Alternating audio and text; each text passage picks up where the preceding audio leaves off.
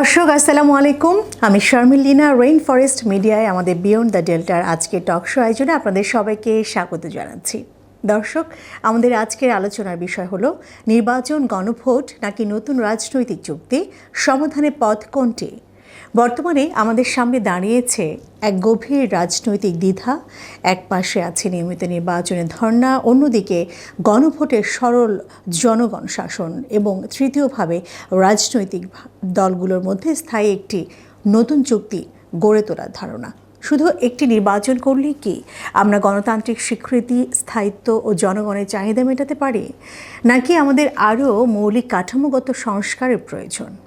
এই প্রশ্নটি এখন শুধুমাত্র তাত্ত্বিক নয়, এটি আমাদের রাজনৈতিক ভবিষ্যৎ নির্ধারণে গুরুত্বপূর্ণ ভূমিকা রাখে। নির্বাচনে গণভোট নাকি নতুন রাজনৈতিক চুক্তি, সমাধানের পথ কোনটি, এর মতো শিরোনাম খুবই সময় উপযোগী এবং গভীর রাজনৈতিক ও গণতান্ত্রিক বিষয় উত্থাপন করে। আমাদের দেশে এখন প্রশ্ন উঠেছে, শুধুমাত্র নির্বাচন করলেই কি আমরা গণতান্ত্রিক স্বীকৃতি, স্থায়িত্ব ও দেশীয় চাহিদা মেটাতে পারি, নাকি এমন এক নতুন রাজনৈতিক কাঠামো দরকার যা শুধুমাত্র নির্বাচনের মডেলই নয়, একটি সম্পর্ক গড়ে তোলা চুক্তি বা চুক্তিসূত্র তৈরি করতে পারে? গত কয়েক মাসে বাংলাদেশ শুধু নির্বাচন করার পরিকল্পনা নয়, বরং একসাথে গণভোট করার কথা উঠেছে। প্রধান উপদেষ্টা ডক্টর মোহাম্মদ ইউনূস ঘোষণা দিয়েছেন যে নির্বাচনের দিনই গণভোট করা হবে এবং কিছু সংবিধান সংশোধনমূলক বিষয়ে সরাসরি হ্যাঁ না প্রশ্নে জনগণের মত নেওয়া হবে। এই প্রস্তাব রাজনৈতিক দলগুলোর মধ্যে বিভাজন তৈরি করেছে। কিছু দল সমর্থন করছে, আবার বলছে এটি একটি ঐক্যমত্যমূলক গণতান্ত্রিক পদক্ষেপ হবে, আবার অন্যরা বলছে এটি শুধুমাত্র ক্ষমতা অর্জনের কৌশল হতে পারে। এছাড়া নতুন রাজনৈতিক চুক্তি যেমন জুলাই সনদ ইতিমধ্যে অগ্রগতি ও প্রতিক্রিয়ার বিষয় হয়ে দাঁড়িয়েছে। দর্শক, এখন প্রশ্ন হচ্ছে, এই তিনটি পথের কোনটি আমাদের জন্য সবচেয়ে যুক্তিসম্মত, দীর্ঘমেয়াদে টেকসই এবং গণতান্ত্রিকভাবে গ্রহণযোগ্য?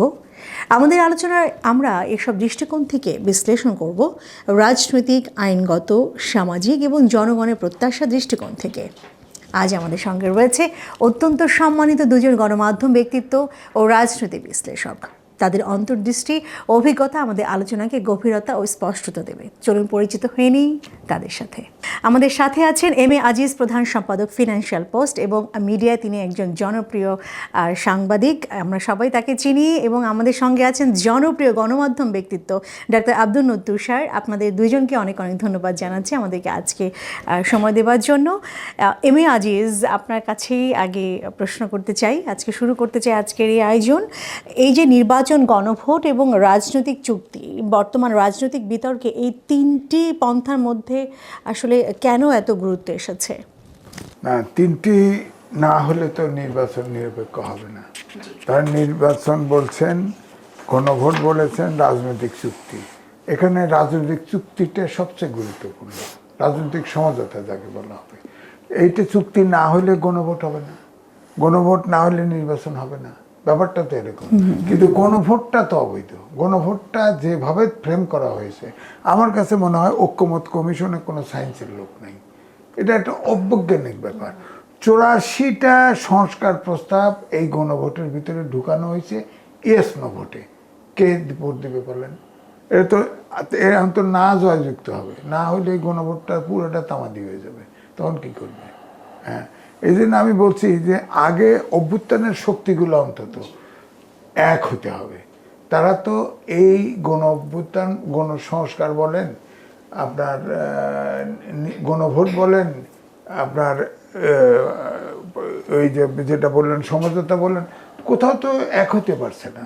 সুতরাং এই জন্যই আপনি যেটা নির্বাচন করলেন, যদি আপনার সবার সাথে যেটা বললেন চুক্তি, রাজনৈতিক চুক্তি যদি না হয়, তাহলে তো নির্বাচন হবে না। তার আগে আবার গণভোটও একসাথে হবে, গণভোট তো হবেই না। গণভোট তো এমনিই এটা আনসাইন্টিফিক, গণভোট তো হবে না।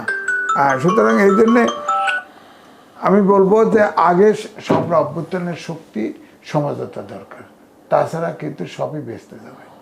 আচ্ছা, জি, ডাক্তার আব্দুন নূর তুষার, আপনার কাছে আসতে চাই।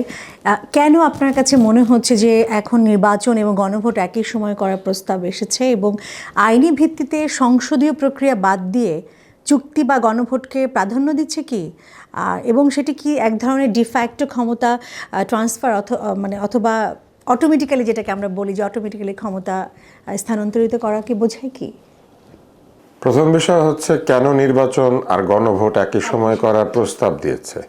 গণভোট করার প্রস্তাবে আসলে সকল দল সম্মত ছিল না, কিন্তু এক পর্যায়ে এক ধরনের সামাজিক রাজনৈতিক চাপ সৃষ্টি করে বৃহৎ কয়েকটি দলকে গণভোটে সম্মত করা হয়েছে এমনভাবে যে গণভোট না হলে যেন নির্বাচনই হবে না। কিন্তু দলগুলি তো নির্বাচন চায়, নির্বাচন ছাড়া তো তাদের পক্ষে সংসদে যাওয়া, সরকার করা সম্ভব না। সেই কারণে গণভোট এবং এই নির্বাচনকে একই দিনে আনা হয়েছে।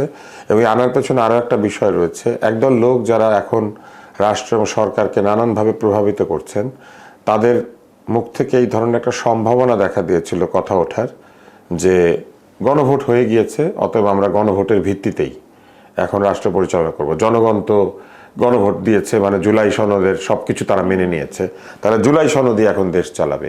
এই জায়গাটা বন্ধ করার জন্য আসলে গণভোট এবং এই নির্বাচন একই দিনে করার বিষয়টিতে আমি মনে করি যে বৃহৎ কয়েকটি রাজনৈতিক দল অনড় হয়ে বসেছিল। কেননা এটা তো আসলে হতে পারে না, কোনো অনির্বাচিত সরকার কিংবা অনির্বাচিত লোকজন দিয়ে তৈরি করা সেটা সনদ যতই ভালো হোক না কেন, সেটার ভিত্তিতে আমাদের রাষ্ট্র পরিচালিত হতে পারে না। কেননা আমাদের রাষ্ট্রের নাম গণপ্রজাতন্ত্রী বাংলাদেশ। গণপ্রজাতন্ত্রী বাংলাদেশ গণপ্রজার সিদ্ধান্তে চলবে। এবং প্রজা শব্দটা নিয়ে অনেক আপত্তি করেছিলেন। এই প্রজা শব্দটা কিন্তু প্রকৃষ্ট রূপে জাত, সেইখান থেকে এসেছে, মানে উন্নত প্রজাতি, উন্নত জাতি। সেই প্রজা মানে কিন্তু সাবজেক্ট না, প্রজা মানে অধীনস্থ না, সেইখান থেকে আসে নাই। গণপ্রজাতন্ত্রী বাংলাদেশ, সেইখানে যদি গণপ্রজার সিদ্ধান্ত না থাকে, একদল লোক আমেরিকা, ইংল্যান্ড, হল্যান্ড, বিভিন্ন উন্নত দেশ থেকে তাদের বাসাবাড়ি রেখে এসে এখানে একটা সনদ বানিয়ে দিলে সেটা যতই ভালো হোক না কেন, ঠিক আছে, এইটা তো চলবে না। তো ভালো, সে যতই ভালো হোক, ঠিক আছে, এটা করেছে অন্য দেশের লোক, তাহলে আমাদের লোকের রায় লাগবে, এবং সেই রায় নির্বাচনের মাধ্যমে সম্ভব। ফলে কোনোভাবেই গণভোটের ভিত্তিতে রাষ্ট্র পরিচালিত হতে পারে না। রাষ্ট্র পরিচালিত হবে জনগণের নির্বাচিত মানুষদেরকে দিয়ে, এবং সেই মানুষেরা ঠিক করবেন কিসের ভিত্তিতে এই রাষ্ট্র পরিচালিত হবে। হ্যাঁ, এবং গণভোটের প্রয়োজনীয়তা কেন দেখা দিল? গণভোটের প্রয়োজনীয়তা দেখা দিল সংস্কারের পক্ষে মানুষের মতামত নেওয়ার জন্য। এখন সংস্কার হচ্ছে 84টা প্রস্তাব, আর এই গণভোটের মধ্যে 4টা প্রস্তাব। 4টার মধ্যে 2টো যদি আপনার পছন্দ হয়, 2টো না হয়, আপনি তো না বলতে পারবেন না। আপনাকে হয় হ্যাঁ বলতে হবে, না হলে না। অর্থাৎ এই গণভোটের যে 4টি প্রশ্ন, সেই বিষয়ে আপনার আপত্তি থাকলেও, একটির বিষয়ে আপত্তি থাকলেও আপনি সেটা জানাতে পারছেন না, হ্যাঁ দিতে হবে। আর যদি আপত্তি না থাকে, তাও কি আপনি আসলে সরাসরি বলতে পারছেন? আসলে পারছেন না। আপনি নাও ঠিক মতো দিতে পারছেন না, হ্যাঁও ঠিক মতো দিতে পারছেন না। আপনার 3টা ভালো লাগে, একটা লাগে না, আপনি সেইখানে হ্যাঁ দিতে হবে, নাটা তো বলতে পারলেন না। আবার একজনের 3টা ভালো লাগে না, একটা ভালো লাগে, সেও কিন্তু ওই হ্যাঁটাকে হ্যাঁ বলতে পারলো না, তাই না? অর্থাৎ মনের আনন্দ অনুযায়ী, মনের সিদ্ধান্ত অনুযায়ী আমরা হ্যাঁ না বলতে পারছি না, কারণ 4টা প্রশ্ন, 4টা প্রশ্নের উপরে আমাদের 4 রকমের সিদ্ধান্ত হতে পারে একজনের। এখন ডিফ্যাক্টো ক্ষমতা ট্রান্সফার হচ্ছে কিনা? ক্ষমতা তো কেউ ট্রান্সফার করছে না। এই জন্য করছে না যে এর আগের যে নির্বাচিত সরকার, সেটা যেভাবে নির্বাচিত হয়ে থাকুক, তারা পালিয়ে গিয়েছে। নিয়ম অনুযায়ী একটা নির্বাচনের মাধ্যমে ওই সরকারের পতন হওয়া দরকার ছিল, কিন্তু সেটা তো হয় নাই, সম্ভব ছিল না। সেই সরকার নির্বাচন করে না, সেই সরকার নির্বাচনে কারচুপি করে। সুতরাং একটা গণ আন্দোলনের মধ্যে তাদের পতন হয়েছে। কিন্তু এই গণ আন্দোলন পরবর্তী যে সরকার এসেছে, তারা সংবিধানের যে 180 দিনের মধ্যে, অর্থাৎ প্রথমে 90 দিন, ব্যর্থ হলে আরও 90 দিন অতিরিক্ত সময়ের মধ্যে যে নির্বাচন করার বাধ্যবাধকতা ছিল, সেটাকে অতিক্রম করে চলে গিয়েছে। ফলে এখন যে নির্বাচনটি হচ্ছে, এই নির্বাচন সহ সকল কার্যক্রমকে পরবর্তী নির্বাচিত সংসদকে বৈধতা দিতে হবে, এবং সেই বৈধতা না পাওয়া পর্যন্ত এখন যেভাবে রাষ্ট্র চলছে বটে, কিন্তু ইলেকশনের পরপরই কিন্তু এই সমস্ত আদেশ, অধ্যাদেশ, যত কিছু তারা করেছেন, এই সব কিছু সংসদে বৈধতা না পেলে অবৈধ হয়ে যাবে। ফলে নির্বাচনটাই আসলে এখন সবচেয়ে জরুরি, এবং এখানে কোনো ডিফ্যাক্টো ক্ষমতা ট্রান্সফার হচ্ছে না, বরং ডিফ্যাক্টো এই সনদ এবং গণভোটকে চাপিয়ে দেওয়ার চেষ্টা করা হচ্ছে। ডিফ্যাক্টো কি আসলে? ডিফ্যাক্টো হচ্ছে when the legal process is not maintained, অর্থাৎ বৈধ আইনসম্মত প্রক্রিয়ার মধ্যে দিয়ে পরিবর্তিত না হয়ে জোরের ভিত্তিতে অথবা সংখ্যাগরিষ্ঠতার ভিত্তিতে অথবা কোনো একটা ভিত্তিতে আপনি কোনো একটা কাজ করলেন, এইটাকে বলে ডিফ্যাক্টো ট্রান্সফার, যেটা স্বয়ংক্রিয়। এইখানে 20টা লোক ঢুকে পড়লো, 20টা লোক ঢুকে পড়ে বললে এই অনুষ্ঠান তাদের ভালো লাগে না, বন্ধ করতে হবে। অথচ বাইরে হয়তো 2000 লোক আছে যারা এখানে পৌঁছাতে পারে নাই, তাদের কথাটা থাকলো না, এই 20টা লোকের হয়ে গেল। এইটা হচ্ছে ডিফ্যাক্টো। তো এই ডিফ্যাক্টো ক্ষমতা ট্রান্সফার আসলে হচ্ছে না, বরং ডিফ্যাক্টো যেটা ঘটছে সেটা হচ্ছে ডিফ্যাক্টো একটা গণভোট হচ্ছে, যে গণভোটটা আসলে আইনের দৃষ্টিতে বৈধ না, কিন্তু অভিপ্রায় এই শব্দ ব্যবহার করে এই গণভোটটা করা হচ্ছে। বলা হচ্ছে এটা জনগণের অভিপ্রায়। জনগণের এই অভিপ্রায় কোথায় জানালো? জনগণ নাকি অভিপ্রায় জানিয়েছে আন্দোলনের সময়। আন্দোলন যখন হয়েছে তখন এই 5ই আগস্টের আগে কোথাও কি এই কথা হয়েছিল যে আমরা আন্দোলন করার পরে গণভোট করব, আমরা সংবিধানে এটা করব, ওইটা করব, নতুন রিপাবলিক বানাবো? কিচ্ছু ছিল না। 9 দফা যে দাবি 1 দফায় গিয়ে হাজির হয়েছিল, সেখানে কোথাও কিন্তু এরকম কথাবার্তা ছিল না। ওই 9 দফা দাবির মধ্যে পদত্যাগও ছিল, ক্ষমা চাওয়া ছিল, অন্যান্য বিষয় বলেছিল। মূলত ছাত্রদের দাবি দেওয়া ছিল, মূলত কোটার বিষয়ে দাবি দেওয়া ছিল, মূলত বৈষম্য দূর করার দাবি দেওয়া ছিল। কিন্তু এইসব কথা কি ছিল না? তাহলে কখন জনগণ অভিপ্রায় জানালো? অভিপ্রায়টা তো জানানো উচিত ছিল আন্দোলনের আগেই। আন্দোলনের পরে এসে যদি আপনি ডিফ্যাক্টো বলেন এটা জনগণের অভিপ্রায়, আপনার যে অভিপ্রায় সেটাই যে জনগণের অভিপ্রায়, এটা কি করে প্রমাণিত হবে যতক্ষণ না ভোট হচ্ছে? এগুলো সবই রাজনৈতিক কৌশল। এখন আমরা বাংলাদেশ যেভাবে দেখতে পাচ্ছি, এখানে প্রতিটি পক্ষের রাজনৈতিক উদ্দেশ্য রয়েছে, প্রতিটি পক্ষের ব্যক্তিগত স্বার্থ রয়েছে, এবং প্রতিটি পক্ষ আগের মতোই বিভিন্ন চেতনা, বিভিন্ন স্পিরিট, বিভিন্ন অভিপ্রায়, এইসব শব্দ ব্যবহার করে যার যার নিজস্ব এজেন্ডা বাস্তবায়নের চেষ্টা করছে। আচ্ছা, জি, আমরা আবার আপনার কাছে ফেরত আসবো। এম এ আজিজ, আপনার কাছে কি মনে হয় যে যেমন আমরা আসলে আমাদের কনভারসেশনে উঠে এসেছে যে গণভোটকে চাপিয়ে দেওয়া হচ্ছে, এরকম একটা স্টেটমেন্ট আমরা পেলাম, যে আপনার কাছে কি মনে হয় জনসাধারণের কাছে কোন পথ সবচেয়ে গ্রহণযোগ্য? তারা কি গণভোটে বিশ্বাস করে, নাকি নির্বাচনকে তাদের মত প্রকাশের প্রধান মাধ্যম হিসেবে দেখে? প্রথম কথা হচ্ছে গণভোট যেভাবে আপনার চাপিয়ে দেওয়া হচ্ছে, এই ভোটটা মানুষ বোঝে না এবং এটা অবৈজ্ঞানিক। 84টা সংস্কার এর ভিতরে আছে এবং এটাকে আড়াল করে 4টিতে আনা হয়েছে। এই 4টিতে 4 নম্বরটিতে সব এর ভিতরে ঢোকানো আছে। এর ভিতরে নো কনফিডেন্স আছে, সব আছে। তো সুতরাং গণভোট বোঝে না, নির্বাচন। গণভোটে যদি কোনো কিছু জোর করে পাশ করানো, তারপর সংসদে অনুমোদন না হওয়া পর্যন্ত এটা কিন্তু আইন হবে না। সুতরাং সংসদ আগে দরকার, গণভোট না। গণভোটের আগে আমার মনে হয় যে গণভোট, আর আপনারা সমঝোতা যদি একমত হতে পারেন তাহলে তো মানে গণভোটের পরে আপনার সমঝোতা হলে সংসদে একটা বিষয় আলোচনা হবে। এই গণভোটের ইস্যুগুলোই সংসদে আলোচনা হওয়ার পরে তো গণভোট হবে। এটাই তো ছিল। এখন হলো গণভোট আপনাকে আবার কয় জুলাই গণ অভ্যুত্থান আইনি ভিত্তি তো সংসদ ছাড়া দিতে পারবে না। আপনার যা কিছু করেন সংসদের বাইরে কিছু করতে পারবেন না। তা আপনাকে সংসদের যাওয়ার পথ খুঁজতে হবে। জনগণের নির্বাচিত সরকার দিয়ে আপনার সংসদ করে সংসদে সব পাশ করবেন।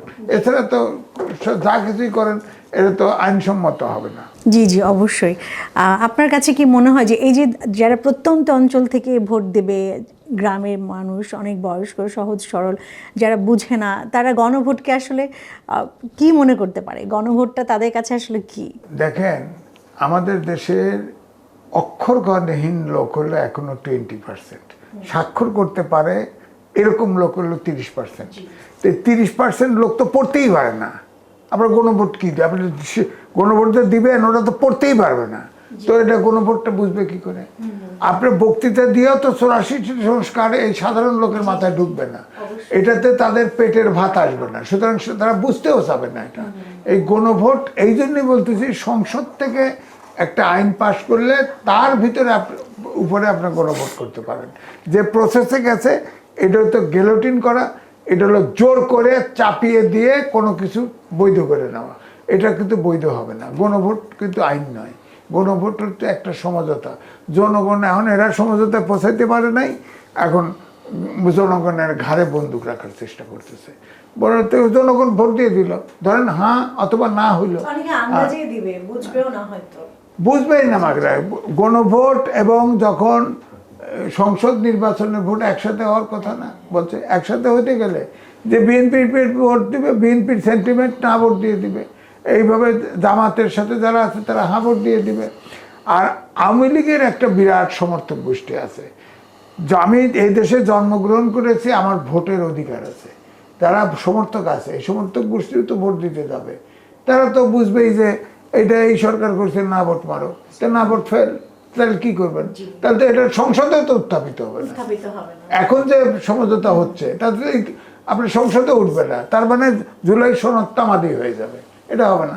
তখন সংসদে যারা ক্ষমতায় যাবে তারা তাদের মতো করে আইন করবে।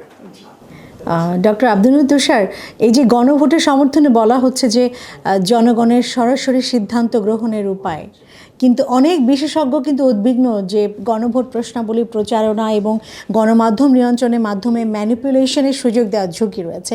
এই ঝুঁকিকে আপনি কিভাবে মূল্যায়ন করেন? এটা কি আপনি যে কোনো ভোটই তো ম্যানিপুলেটেড, কারণ ভোটারকে তো আমরা ম্যানিপুলেট করি।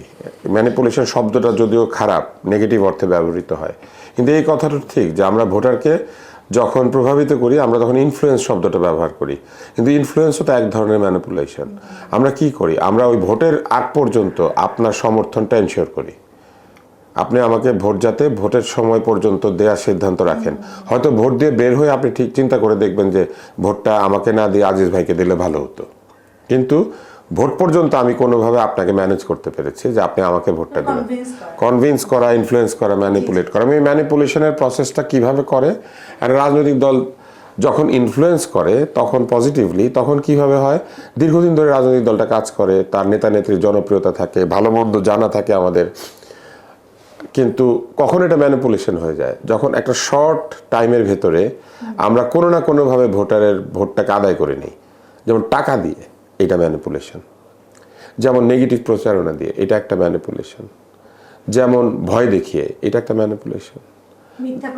মিথ্যা প্রতিশ্রুতি দিয়ে, এটা এক ধরনের ম্যানিপুলেশন। তো এই গণভোট বিষয়টা, এইটাই বাংলাদেশের মানুষ কিন্তু বহুবার, তারা এর আগে 3 বার গণভোটে তারা দেখিয়েছে যে তারা আসলে গণভোটে খুব একটা আগ্রহ দেখায় না। তারপরে যেটা আমরা দেখেছি সেটা হচ্ছে এই গণভোটের মধ্যে এতগুলি প্রশ্ন থাকার কারণে এই গণভোটটা কি এটা মানুষ বোঝে না। তার মধ্যে এটার মধ্যে একটা প্রশ্ন আছে যেখানে বলা আছে যে এই প্রশ্নের ভিতরে আরো 30টা প্রশ্ন আছে, 30টা প্রস্তাব। সেই 30টাতে আপনি কি হ্যাঁ বলছেন? এই 30টা আলাদা করে কোনো মানুষের পক্ষে মনে রাখা সম্ভব না। না পড়ুক, আপনাকেও যদি আমি পড়াই, আপনি পরীক্ষার জন্য মুখস্থ করলেও 30টা পরীক্ষার খাতায় লিখে আসতে পারবেন না। তাহলে আপনি কিভাবে সিদ্ধান্ত নেবেন? 30টা প্রশ্ন মানে 30 বার চিন্তা করা, 30টা আলাদা আলাদা ঘটনা, 30টা আলাদা আলাদা জায়গায় সেই সিদ্ধান্তগুলির প্রভাব, সেইগুলো কি বিচার বিবেচনা করবে আমাদের সাধারণ মানুষ ভোট দেওয়ার আগে? যথেষ্ট সময় পাচ্ছে না। আর ভোটটা যদি নির্বাচনের দিনই হয় তাহলে একদিকে সে শুনতে থাকবে আলু মার্কা পটল মার্কায় ভোট দিন, আরেকদিকে শুনতে থাকবে হ্যাঁ ভোট দিন না ভোট দিন। ও কোনটা আসলে মনোযোগ দিবে? আলু, পটল, শাপলা, শালুক, তারপরে কি যেন শাক পাতা, বিভিন্ন আমাদের ভোটের মার্কাগুলো তো খুব অদ্ভুত। বড় বড় কয়েকটা মার্কা ছাড়া আপনি দেখবেন যে অদ্ভুত অদ্ভুত মার্কা আছে। যেমন একটা মার্কা আছে যে কলম, দোয়াত কলম, একটা দোয়াতের কালির দোয়াত এখন কোথাও পাওয়া যায় না, শুধু নির্বাচন কমিশনে পাওয়া যায়। তো এরকম অনেক ধরনের মার্কা আছে। একটা দেয়াল ঘড়ি মার্কা আছে, একটা ওইটা ঘড়ি মার্কাটাই দেয়াল ঘড়ি, হাতি মার্কা আছে, একটা হাতি মার্কা আছে। তো এইরকম বিষয়গুলি আছে। তো তাহলে মানুষ কি করে হ্যাঁ না ভোট দেবে? এইটা একটা সমস্যা। আরেকটা হচ্ছে যে গণমাধ্যম তো নিয়ন্ত্রিত, এটা কি কেউ অস্বীকার করতে পারবে? আমি আপনাকে একটা মজার কথা বলবো, এটা একটা ফ্যালাসিয়াস যুক্তি যারা এটা দেন আর কি। তারা বলেন কি, আগের সরকারের সময় তো কথা বলতে পারতেন না, এখন পারছেন। তাহলে চিন্তা করেন, আমরা কথা বলতে দেই, আমরা কথা বলতে দেই যখন বলেন, তার মানেই হচ্ছে তার কথা বলতে না দেওয়ার ক্ষমতা আছে। উনি কে বলার যে উনি আমাকে কথা বলতে ক্ষমতা দেয় না দেয়? সংবিধান আমাকে কথা বলার অধিকার দিয়েছে। আপনার যতটুকু কথা বলার অধিকার, আমারও ততটুকু কথা বলার অধিকার। কিন্তু যে মুহূর্তে কেউ বলে আমরা তো কথা বলার অধিকার দেই, আপনি দেন নাই তো, এটা দেই মানেই বুঝতে পারছেন, উনি মনে করিয়ে দিচ্ছে আমার না দেওয়ার ক্ষমতা আছে। না না, আমি যদি আপনাকে বলি যে আমি আপনাকে অনুষ্ঠান করতে দিচ্ছি, এর মানে হচ্ছে আপনাকে না দেওয়ার ক্ষমতা আছে আমার। হ্যাঁ, তার মানে এদের মানসিকতা একই জায়গাতেই আছে। উনি দিতেন না, আমরা দেই। উনি করতেন না, আমরা করেছি। উনি ইন্টারনেট বন্ধ করেছিলেন, আমরা স্টারলিং দিয়েছি। এরকম কিছু লোক আছে কিন্তু বলে। মজার ব্যাপার কি জানেন, স্টারলিংকে একইভাবে বন্ধ করে দেওয়ার ক্লজ আছে। ওই ক্লজ ছাড়া চুক্তি স্বাক্ষরিত হয় নাই। সরকার চাইলে স্টারলিং বন্ধ করে দিতে পারবে। এখন মজার ব্যাপার হচ্ছে আপনি বন্ধ করেন অথবা করেন না, এইটা হচ্ছে ইম্পর্টেন্ট ইস্যু, এইটা হচ্ছে মানসিকতা। গণতান্ত্রিক আচরণ একটা গণতান্ত্রিক মানসিকতা, এটা আইনে লেখা হয় না। এই জন্য এই যে গণভোট, এই গণভোটটা আসলে অপ্রয়োজনীয়। কেন অপ্রয়োজনীয়? কারণ জনগণ ভোট দিয়ে তাদেরই প্রতিনিধি সংসদে পাঠাচ্ছে, সেই প্রতিনিধি কি জনগণের বিপরীতে গিয়ে সিদ্ধান্ত নিবে? আর যদি সেটাই নেয় তাহলে তারা গণভোটও বিপরীতে যেতে পারবে। কিভাবে যাবে? তারা পরিষ্কার বলবে যেটা আইনি ভিত্তি মেনে হয় নাই, আমরা গণভোট করব। চাইলেই কিন্তু পারবে করতে। ফলে এইগুলো যা হচ্ছে, এগুলো সবই হচ্ছে এক ধরনের চেষ্টা, যে চেষ্টাটা হচ্ছে আগামী সংসদকে বিভিন্ন কাজ করতে আগেই বাধ্য করার চেষ্টা। আপনাকে বলেই দেওয়া হচ্ছে, যেমন ওই আমাদের দেশে বিয়ে হলে জামাই বা বর শ্বশুর বাড়িতে যায়, গেলে পরের দিন বাজার করতে হয়। জামাই যতক্ষণ বাজার না করে তাকে পোলাও খাওয়ায়, মানে বাধ্য করবে জামাইকে যে জামাইকে বাজার করতে হবে। হ্যাঁ, তো এইটা হচ্ছে ওই রকম, বাজার করতেই হবে, যতদিন বাজার না হবে ততদিন পোলাও খাবে। পোলাওটা কি? ওই যে মেয়াদ, যে এই মেয়াদের মধ্যে যদি তুমি বাজার না করে দিছো তাহলে মেয়াদের পরে তোমার কিন্তু আর নাই, এরপরে কিন্তু আর উপায় নাই। তো এইখানেও কিন্তু একই ঘটনাই আছে। এই বাস্তবায়ন আর আদেশের মধ্যে এটা বলা আছে যে এত দিনের মধ্যে এটা করতে হবে আর অত দিনের মধ্যে এটা শেষ করতে হবে, অটোমেটিক পাস হবে এবং অটোমেটিক পাস হবে। তাহলে হ্যাঁ, তো তাহলে এই যে বাধ্য করে আপনাকে আদায় করা, এবং মজার ব্যাপার কি জানেন, যে জীবনে বাজারে যায় নাই সেও বাজার করে, কাউকে দিয়ে বাজার করে নিয়ে আসে। যার পকেটে টাকা নাই সেও একটা বড় রুই মাছ ধার করে হলেও কিনে। এইগুলো হচ্ছে বাধ্যতামূলক বাধ্য করা। সত্যিকার অর্থে এগুলো না থাকলে এই কাজটা কেউ করতো না। হ্যাঁ হ্যাঁ, নাও থাকতে পারে, কিন্তু এই যে বাধ্য করে দিচ্ছে, এইটা হচ্ছে এই গণভোটটা হচ্ছে ওই রকম, যে ওখানে বলে দিয়েছে সংসদে গেলে প্রথমে এতদিন কি কাজ করিবে, এই কাজ না করা পর্যন্ত তোমার মুক্তি নাই। এটাকে আমরা সংসদকে বলতে পারি? আমরা এটা বলতে পারি না। এটা এক ধরনের ম্যানিপুলেশন। এই গণভোটের ভেতরে একটা ম্যানিপুলেশন আছে, সংসদকে ম্যানিপুলেট করার ইচ্ছা। বুঝতে পেরেছি আপনার চমৎকার যুক্তি খণ্ডানো। আসলে আমার কাছে যুক্তি এই মুহূর্তে নেই, যুক্তির কথাই চলে আসি আমি আজিজ আপনার কাছে, যে নতুন রাজনৈতিক চুক্তির মাধ্যমে সমঝোতা ভিত্তিক যেটা সরকার বা সংবিধান সংস্কার করা হলে বা রিফর্ম করা হলে সেটি দীর্ঘস্থায়ী স্থিতি দিতে পারে কিনা আপনার কাছে কি? দেখেন, দীর্ঘস্থায়ী স্থিতি অন্য প্রসঙ্গ, অন্য ইস্যু। কারণ হচ্ছে যতক্ষণ পর্যন্ত গণতন্ত্রে সংগঠনগুলি গণতান্ত্রিক না হবে, অর্থাৎ গণতান্ত্রিক চর্চার সংগঠনের ভিতরে না থাকবে, ততক্ষণ পর্যন্ত, এবং সেই সাথে দেশের জনগণ যদি অনেস্টলি ভোট, অর্থাৎ তাদের অধিকারের ব্যাপারে সচেতন না হবে, ততক্ষণ পর্যন্ত সংসদ আমরা যেভাবে আইডিয়ালি স্থায়ী হওয়ার কথা বলি সেটা হবে না। এটা আমি এরপর পরে বলবো। ধরেন সমঝোতা করে তো আপনার হবে না, সংসদ হবে না, ভোটেই হইতে হবে। জনগণ ভোট দিবে। ভোট দিলে আমাদের দেশে আমি বলবো এখনো ৮০% লোক গ্রামে বাস করে, এবং এখনো ৩০ থেকে ৪০% লোক কিন্তু তাদের নিজের অধিকার সম্পর্কে কিন্তু সচেতন না। এবং আবার যারা নেতৃত্ব দেন তাদের ভিতরে একটি দেশকে যদি পজিটিভ জায়গায় নিয়ে আসতে চান, প্রকৃতপক্ষে জনগণের সংসদ যদি করতে চান, তাহলে প্রত্যেকটা ব্যক্তিকে সৎ হতে হবে। First condition. তারপরে এটা হবে। একটা সৎ লোকের পক্ষে অনেক কিছু করা সম্ভব। ওই তো সৎ হলেই স্বচ্ছ হবে। সৎ লোক ছাড়া অসৎ লোকের কাজ দ্বারা কখনোই সৎ কাজ, ভালো কাজ হওয়ার কথা না। আমরা তো এই পর্যন্ত ৫৪ বছর দেশ চালাইছে রাজনৈতিক দল, মানসিকভাবে সবাই করাপ্ট। আপনি চিন্তা করেন, যারা সৎ আছে তারা সুযোগের অভাবে আছে। এইভাবে মানুষের মনোজগৎ কিন্তু পুরো পরিবর্তন হয়েছে নেগেটিভ দিকে। এই জন্য আগেও বলেছি, আওয়ামী লীগের বলেছি, অনেক সূচকে আমরা গেছি, কিন্তু রাজনৈতিক সূচকে পিছিয়ে। হ্যাঁ, সুতরাং রাজনীতিবিদরা যতক্ষণ পর্যন্ত আপনার দেশপ্রেমিক না হবে, সৎ না হবে, এবং দেশটাকে পরিচালনা, ধরেন একটা উন্নত দেশে 15 দিন আগে ঘুরে আসলাম, কোনো মানুষ লাগে না, অটোমেটিক সব চলছে, সব ডিসিপ্লিন, আইন ব্রেক করার মানসিকতাই নাই। আর আমাদের এখানে রাস্তায় বাড়ান, সাধারণ লোক আইন বোঝে না, সব দেখবেন আপনার ব্যাটারি রিক্সা আপনার আগে ঢুকাই দিতেছে, গাড়ির আগে ঢুকাই দিয়ে, কোনো নিয়ম কানুন নেই। কারণ হচ্ছে আইন প্রয়োগ আছে। যত ভদ্র, যত সচেতন সোসাইটি হোক না কেন, আইন কিন্তু লাগবে। জি, এম এ আজিজ, আপনার কাছে আমার আরেকটি প্রশ্ন আছে, কিন্তু আমি একটু তার আগে ডক্টর আব্দুল নতুর স্যার আপনাকে প্রশ্ন করতে চাই যে নতুন রাজনৈতিক চুক্তি যেমন জুলাই সনদ ধরলাম, এটা কি আসলে গণতন্ত্রকে বা নির্বাচনকে সীমিত করার একটি পথ, নাকি রাজনৈতিক দলগুলো ক্ষমতা ভাগাভাগির কৌশল? আপনার কাছে কি মনে না, হয়? দুটার কোনোটাই না। জুলাই সনদ মূলত যে সংস্কারগুলি মানুষ চেয়েছে সেগুলির একটা কম্পেন্ডিয়াম বা সংকলন। সেখানে আপনি দেখবেন যে বিভিন্ন বিষয় আছে, শুধু একটি বিষয়ের তো সংস্কার না। তো এটা আসলে এক ধরনের চাওয়া, এক ধরনের চাহিদা। এই চাহিদাটি একটা চাহিদাপত্রের মতো তৈরি করা হয়েছে এবং বলা হয়েছে যে এগুলো মানতে ভবিষ্যতে যারা রাজনৈতিক দল থাকবেন তারা ক্ষমতায় গেলে তারা অঙ্গীকার করছেন যে তারা এই অনুযায়ী বাংলাদেশের সংস্কার সম্পন্ন করবেন, অর্থাৎ সেখানে যে প্রস্তাবগুলি দেওয়া হয়েছে সেগুলি তারা বাস্তবায়ন করবেন। কিন্তু এটা বাস্তবায়নের আগেই এখানে অনেক দ্বিমত আছে, অনেক অসম্মতি আছে। সেই অসম্মতিগুলিকে উড়িয়ে দেওয়ার জন্য মূলত গণভোট করা হচ্ছে, যে আপনারা অসম্মতি জানালেও আমরা জনগণকে 4টা প্রশ্ন একসাথে করে দিয়ে দিব, দিয়ে আমরা বলবো যে তুমি এটা খাবে নাকি খাবে না। ম্যাট্রিক্স ছবিটা যদি আপনি দেখে থাকেন তাহলে দেখবেন যে মরফিয়াস নিওকে নিয়ে যাওয়ার পরে বলে তুমি কি নীল ওষুধটা খাবে নাকি লাল ওষুধটা খাবে।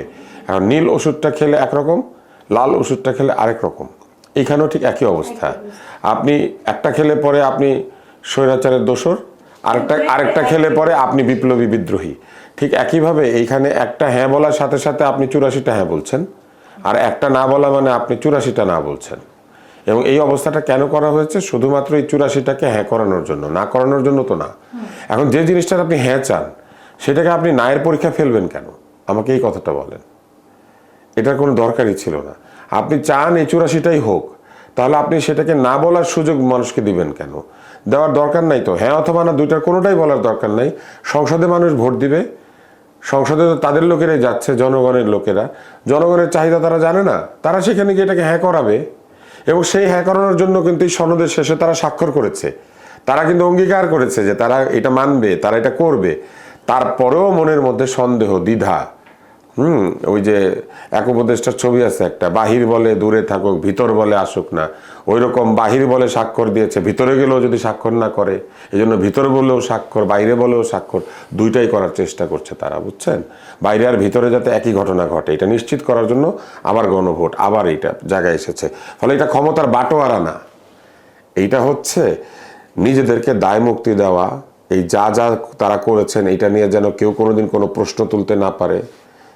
তারপরে এখানে যা যা আছে সেটা নিয়ে যেন আদালতে যেতে না পারে, এবং যা বলে দিয়েছে সব যেন করতে বাধ্য হয়।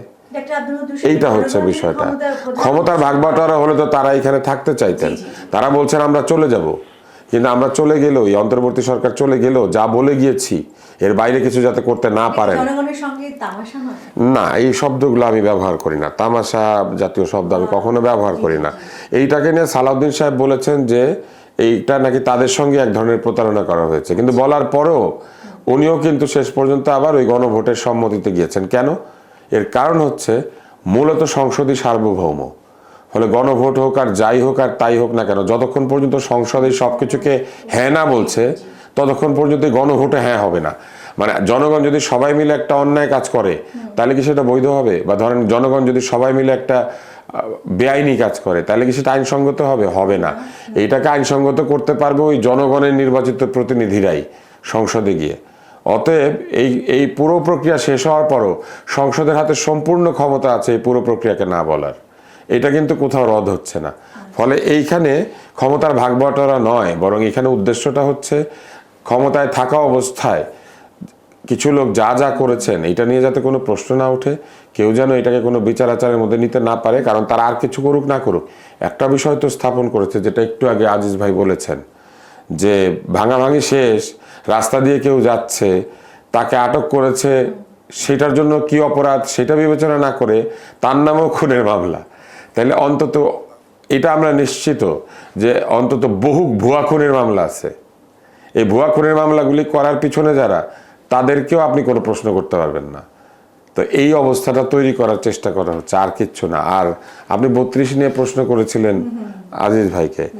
প্রথমে কি করলো? আগুন দিল, তারপরে এটাকে ভাঙলো বুলডোজার দিয়ে, তারপরে আবার গিয়েছে ভাঙতে, আবারও বুলডোজার নিয়ে গিয়েছে, এইবার বলে খেলার মাঠ বানাবো।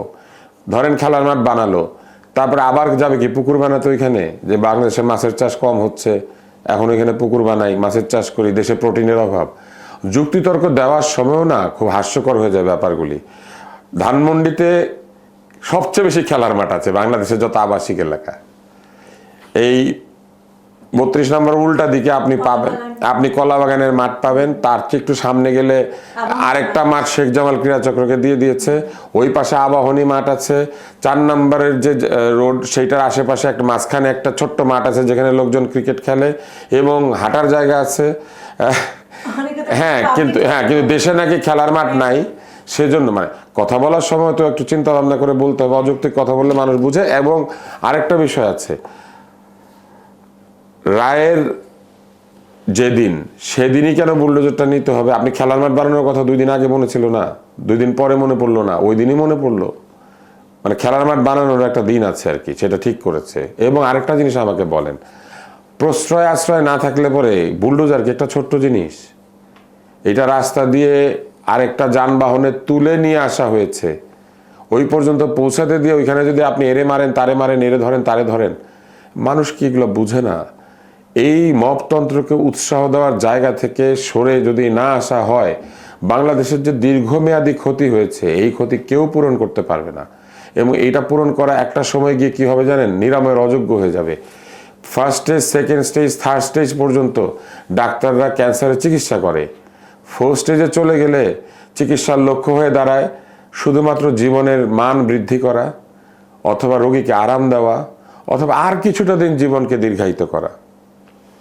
কিন্তু ফার্স্ট স্টেজ, সেকেন্ড স্টেজে আমরা কিন্তু কিওর করে ফেলতে চাই, এমনকি থার্ড স্টেজে গিয়ে আমরা কিওর করার জন্য চেষ্টা করি। এখন আপনি যদি মপতন্ত্রকে 4th স্টেজে নিয়ে যান, তাই না, তারপরে আপনি এটাকে কিওর করতে পারবেন না। তো এটা তখন আর বিচার বিবেচনা করবে না এই মপ কোথায় যাচ্ছে।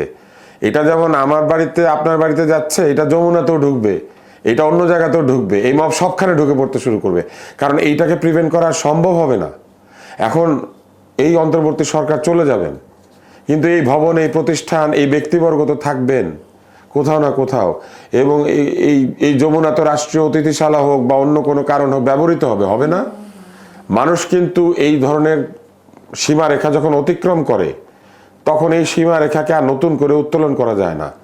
আপনি যখন একটা ইনহিবিশন, একটা অন্যায়, এটাকে আপনি অতিক্রম করে চলে যাবেন এবং সেটা যখন রীতিসিদ্ধ হয়ে যাবে, কেউ না কেউ বলবে যে এটা প্রেশার গ্রুপ, কেউ না কেউ বলবে এটা প্রতিবাদ, কেউ না কেউ বলবে এইটা এক ধরনের ক্ষোভের বহিঃপ্রকাশ, তখন কিন্তু একটা সময় গিয়ে এটা রীতিসিদ্ধ হয়ে যাবে। ব্যাকরণে একটা নিয়ম আছে, নিপাতনে সিদ্ধ।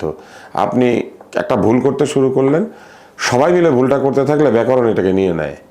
তো রাজনীতিতে নিপাতনে সিদ্ধ বলে কিছু নাই, সংবিধানে নিপাতনে সিদ্ধ বলে কিছু নাই, আইনে নিপাতনে সিদ্ধ বলে কিছু নাই। বাংলাদেশের সব লোকও যদি কালকে খুন করে, তাই বলে খুন বৈধ হয়ে যাবে না। ঠিক একইভাবে বাংলাদেশের সকল জনগণ যদি কালকে চুরি করে, চুরি বৈধ হবে না। ঠিক একইভাবে বাংলাদেশের সকল জনগণ যদি একটা অন্যায় অভিপ্রায় ব্যক্ত করে, ওইটা ন্যায় হয়ে যাবে না। ফলে মবের পিছনে যাই থাকুক, মব ইজ মব। ব্যক্তি অধিকার ক্ষুণ্ণ করা মানে ব্যক্তি অধিকার ক্ষুণ্ণ করা, পৃথিবীর সবখানে এটা অপরাধ। জি, আব্দুল নূর, আমরা একেবারেই শেষ পর্যায়ে চলে এসেছি আমাদের আজকের আয়োজনে। তারপরও দুটো কোশ্চেন রাখবো। একটু হচ্ছে, যদি এই চুক্তি গণভোট নিয়ে, যেহেতু আমাদের আজকে বিষয়বস্তু, সেই গণভোটের আলোকে আমি বলতে চাই যে এই গণভোট কি ভবিষ্যৎ রাজনৈতিক সুশাসন এবং অবস্থানগত চাহিদার জন্য একটি ভারসাম্যপূর্ণ ভিত্তি গড়তে পারে কি, আর রাজনৈতিক বিতর্ক এবং সংঘর্ষের বীজ বুনতে পারে কি না? সুশাসন একটা ক্রমাগত প্রক্রিয়া। কোনো ভোট, কোনো নির্বাচন, কোনো কিছু সুশাসনকে নিশ্চিত করে না।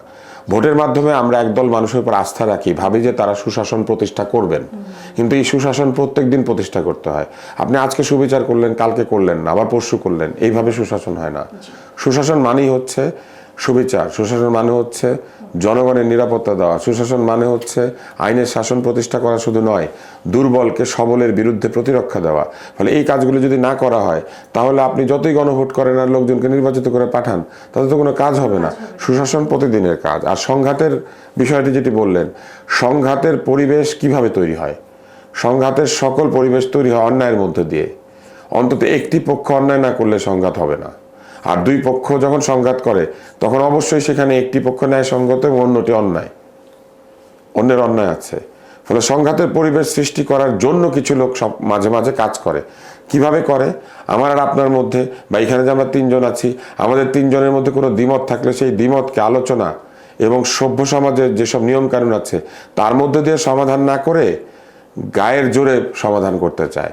এবং সেই গায়ের জোরের সমাধানটা হচ্ছে ওই যে মব, ওই যে গায়ের জোর, ওই যে জোর করে কিছু করা, ওই যে আইনের বিরুদ্ধে গিয়ে কোনো কিছু ভাঙচুর করা, কোনো কিছু ধ্বংস করা, কাউকে নিরাপত্তাহীনতার শিকার করা, কারো উপরে কোনো কিছু চাপিয়ে দেওয়া।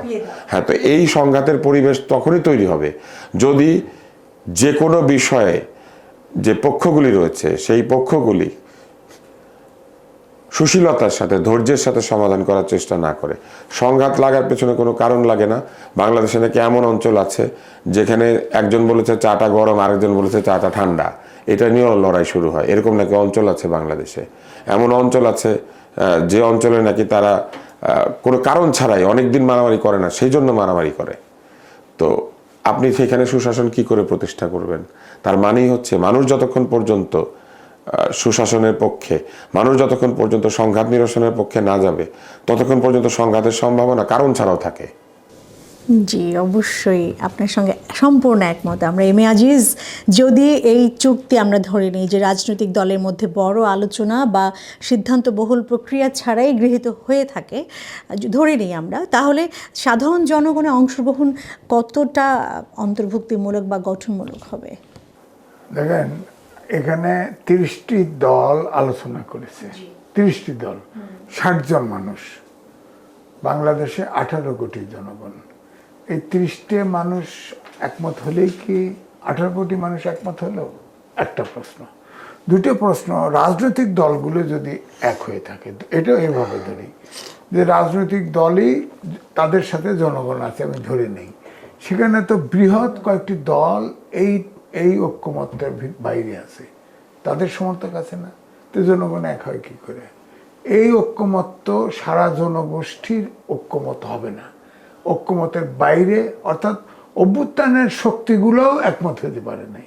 এর বাইরে বড় দল আছে না, কয়েকটা বাইরে আছে না, তারা তো এখানে অংশগ্রহণ নাই, তাদের সাপোর্টার আছে না, আছে তো। অর্থাৎ এখানে যদি সমঝোতাও হয়, কিন্তু সংসদ যদি গণতান্ত্রিক চর্চা, আইনের শাসন, সুশাসন যদি প্রতিষ্ঠিত করতে না পারে, তাহলে এই সমঝোতা ব্যর্থ হবে, নিশ্চিত ব্যর্থ হবে। কারণ হচ্ছে আইনের শাসন, সুশাসন, গণতান্ত্রিক দেশ এবং মানবিক বাংলাদেশ যতক্ষণ না হবে, ততক্ষণ পর্যন্ত এই ধরনের প্র্যাকটিস করা এটার প্র্যাকটিস হিসেবেই থাকবে, রোগেই কিন্তু ভালো হবে না। সবশেষ প্রশ্ন করি, আর রাজনৈতিক দলগুলোর মধ্যে সমঝোতা হলে কেমন গ্যারান্টি বা তদারকি থাকা উচিত যেন চুক্তিটি নিছক রাজনৈতিক ব্যালেন্সিং না হয়ে যায়? না, এটা জনগণ, এটা চুক্তি, আপনার একটা সরকার, গণতান্ত্রিক যদি গণতান্ত্রিক ব্যবস্থা হয়, আমাদের সংসদের আয়ু 5 বছর, 5 বছর পরে জনগণ তাকে হটিয়ে দিবে। এখন এই যে জনগণ যে হটিয়ে দিবে, এই জনগণ তো সচেতন হওয়া দরকার। সচেতন হতে হলে জনগণকে শিক্ষিত করতে হবে। আমাদের দেশে দেখেন, এই শিক্ষা খাত একদমই পিছনে। আপনার এশিয়ার মধ্যে সবচাইতে শিক্ষা খাতে বাজেট কম এবং শিক্ষার হারও কম। এই জন্য আমি বলি, দেখেন এতগুলো সংস্কার কমিশন করেছে, শিক্ষার খাত কিন্তু কোনো সংস্কার কমিশন করেনি। আমাদের দেশে একটা অদ্ভুত দেশ, ইংরেজি, বাংলা, আরবি মিলে 12 প্রকার শিক্ষা ব্যবস্থা আছে এবং সব জায়গার থেকে মাস্টার ডিগ্রি দেওয়া হয়। এই মাস্টার ডিগ্রি নেওয়ার পর যে 12 প্রকারের জাতি তৈরি হয়, এটা তো এই জন্য জাতীয় ইস্যুতে একমত হতে পারে না। তা আপনি ভোট দিবেন, ঐক্যমত হবেন, 12 জাতি, আপনি 25টা দল বসছেন, এর বাইরেও তো আছে। তো সুতরাং এই যতক্ষণ পর্যন্ত আপনার সবার কাছে গ্রহণযোগ্য একটা দেশ, গণতান্ত্রিক দেশ তৈরি না হবে, ততক্ষণ পর্যন্ত এইসব কিছু লোকের ঐক্য, এটা পুরো জাতি একমত হবে না। আসলে আমরা আজকে আলোচনা যেটি দেখলাম যে নির্বাচনই আসলে সবচেয়ে উত্তম মাধ্যম এই ধরনের সমাধানের জন্য। ডক্টর আব্দুল তুষার, আজকে আমরা একেবারে শেষ পর্যায়ে চলে এসেছি। একদম শেষ প্রশ্ন আপনাকে আমি করতে চাই। ধরে নিলাম যে গণভোট বা জুলাই চুক্তি সনদ ব্যর্থ হলো এবং চুক্তি প্রতিশ্রুতি অনুযায়ী পরিবর্তন যদি না হয় কোনো, তাহলে জন আস্থা, অর্থাৎ জনগণের আস্থা কি পুনরায় ফিরে আসতে পারে? যারা আসলে এটিকে বিশ্বাস করে, এটা যদি না হয় হয়, গণভোট যদি না হয়, সেক্ষেত্রে জনগণের আস্থা কি ফিরে আসতে পারে কিনা, যারা এটি চাইছে আর কি? গণভোট হওয়া না হওয়ার সঙ্গে জনগণের আস্থার কোনো সম্পর্ক নাই। জনগণের আস্থা নেওয়ার চেষ্টা করছে হচ্ছে যারা গণভোট করছে, তারা তাদের কাজের প্রতি সমর্থন নেওয়ার চেষ্টা করছে। জনগণের আস্থা আছে বলেই তো জনগণ নির্বাচন চায়, জনগণ ভোট দিতে চায়।